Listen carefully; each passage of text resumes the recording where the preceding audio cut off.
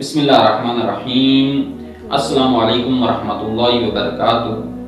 مومنین کرام، آج ہم آپ کی خدمت میں نماز امام زمان علیہ السلام پڑھنے کا طریقہ بیان کریں گے۔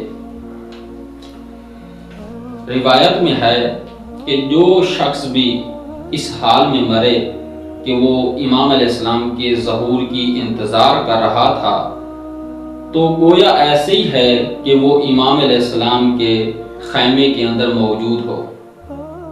یہ 2 رکعت نماز امام زمان علیہ السلام پڑھے گا تو گویا اس نے بیت اللہ میں نماز ادا کی ہے۔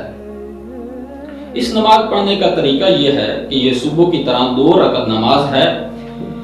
اس میں پہلی رکعت میں الحمد پڑھیں گے اور جب ایاک نعبد و ایاک نستعین پر پہنچیں گے تو اس کو 100 مرتبہ تکرار کریں گے اور پھر الحمد کو مکمل کریں گے۔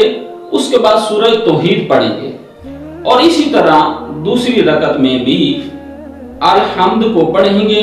الحمد میں جب ایاک نعبد و ایاک نستعین پر پہنچیں گے تو 100 مرتبہ اس کو تکرار کریں گے، پھر اس سورہ کو مکمل کریں گے اور اس کے بعد پھر سورہ توحید کو پڑھیں گے اور اسی طرح پھر قنوت، رکوع اور سجود اور تشہد سلام پڑھنے کے بعد نماز کو مکمل کریں گے۔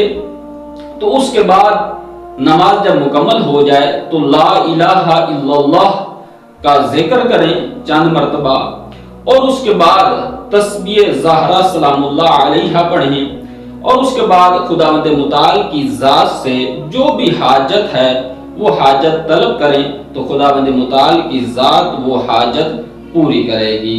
والسلام علیکم ورحمۃ اللہ وبرکاتہ۔